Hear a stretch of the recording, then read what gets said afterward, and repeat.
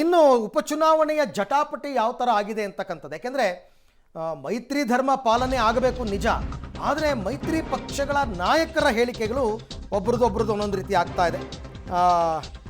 ಅದ್ರ ಬೆನ್ನಲ್ಲೇ ಸರ್ ಒಂದು ಸ್ಟೋರಿ ಇದೆ. 3,000 ಅರ್ಜಿ ವರ್ಸಸ್ 10,000 ಅರ್ಜಿ. ಏನಿದು ಫೈಟು? HDK ವರ್ಸಸ್ DKಶ ಫೈಟು. ಚನ್ನಪಟ್ಟಣದ 10,000 ಅರ್ಜಿ ಪರಿಶೀಲನೆಗೆ DK ಶಿವಕುಮಾರ್ ಮುಂದಾಗ್ತಾ ಇದ್ದಾರೆ ಅನ್ನೋದು ಗೊತ್ತಾಗ್ತಾ ಇದೆ. ಸಮಸ್ಯೆ ಹೇಳ್ಕೊಂಡು ಬಂದ ಅರ್ಜಿಗಳ ಸಮಸ್ಯೆಗೆ ಪರಿಹಾರದ ವರದಿ ಕೊಡಿ ಅಂತ ಸೂಚನೆಯನ್ನು ಕೊಟ್ಟಿದ್ದಾರೆ.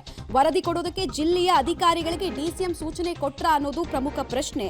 HDK ಸ್ವಕ್ಷೇತ್ರದ ಸಮಸ್ಯೆಗೆ ಪರಿಹಾರವನ್ನ ಕೊಡಿಸಿ ಮತ ಸೆಳೆಯೋದಕ್ಕೆ DKಶಿ ಹೊಸ ಪ್ಲಾನ್ ಅನ್ನು ಮಾಡಿದ್ದಾರೆ. ಹೊಸ ದಾಳ ಉರುಳಿಸ್ತಾ ಇದ್ದಾರೆ. ಅಂದ್ರೆ ಜನರಿಗೆ ನಾನು ಹತ್ರ ಇದ್ದೀನಿ, ನಾನು ಆಕ್ಸೆಸಬಲ್ ಇದ್ದೀನಿ ಅನ್ನೋದು ಒಂದು ಮೆಸೇಜು. ಇನ್ನೊಂದು ಇಂಟ್ರೆಸ್ಟಿಂಗ್ ಆಗಿರೋದು, ಜನರ ಸಮಸ್ಯೆಗಳು ಅಥವಾ ಅಹವಾಲುಗಳು ಕೂಡ ರಾಜಕೀಯ ಸರಕುಗಳಾಗಿ ಬದಲಾಗಿರೋದು ನಮಗೆ ಸದ್ಯಕ್ಕೆ ರಾಜಕೀಯ ಸರಕುಗಳಾಗ್ಲಿ, ಬಟ್ ಅವ್ರ ಸಮಸ್ಯೆಗೆ ಪರಿಹಾರ ಸಿಕ್ಕಿದ್ರೆ ಸಾಕು. ಇವ್ರ ಕಿತ್ತಾಟದಲ್ಲಿ ಆ ಜನಗಳಿಗೆ ಪರಿಹಾರ ಸಿಕ್ಬಿಟ್ರೆ ನಿಜಕ್ಕೂ ಕೂಡ ಒಳ್ಳೆಯದೇ. ನಾಳೆ ದಿನ ಯಾರು ಗೆಲ್ಲಿ, ಕಾಂಗ್ರೆಸ್ ಅವರಾದರೂ ಗೆದ್ದುಕೊಳ್ಳಿ, ಮೈತ್ರಿ ಪಕ್ಷದವರಾದರೂ ಗೆದ್ದುಕೊಳ್ಳಿ, ಬಟ್ ಮತಕ್ಕೋಸ್ಕರ ನೀವು ಜನರಿಗೆ ಸಮಸ್ಯೆಗಳ ಪರಿಹಾರ ಮಾಡಿಕೊಡ್ತಿದ್ದೀರಲ್ಲ, ನಿಜಕ್ಕೂ ಕೂಡ ಒಳ್ಳೆ ಕೆಲಸ.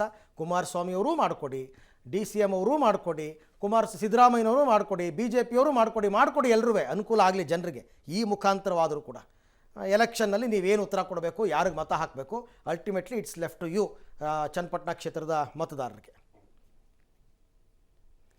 ಸೊ ಅಲ್ಲಿಗೆ ಒಂದು ಕಡೆ ಮೈತ್ರಿ ಪಕ್ಷದಲ್ಲೇ ಜಟಾಪಟಿ ಟಿಕೆಟ್ಗೋಸ್ಕರ, ಮತ್ತೊಂದು ಕಡೆ ಕಾಂಗ್ರೆಸ್ ಮತ್ತು JDS ನಡುವಿನ ಜಟಾಪಟಿ. ಚನ್ನಪಟ್ಟಣ ಯಾಕಿದು ಹೈಪ್ ಆಗ್ತಾ ಇದೆ ಅಂತಂದರೆ, ಶಿಗ್ಗಾಂವಿನಲ್ಲಿ ಹೀಗಿಲ್ಲ, ಸಂಡೂರಲ್ಲಿ ಹೀಗಿಲ್ಲ. ಹಾಗಾಗಿ ಇಲ್ಲಿ ಇಷ್ಟೊಂದು ಪ್ರತಿಷ್ಠೆಯಾಗಿ ತಗೊಂಡಿದ್ದಾರೆ.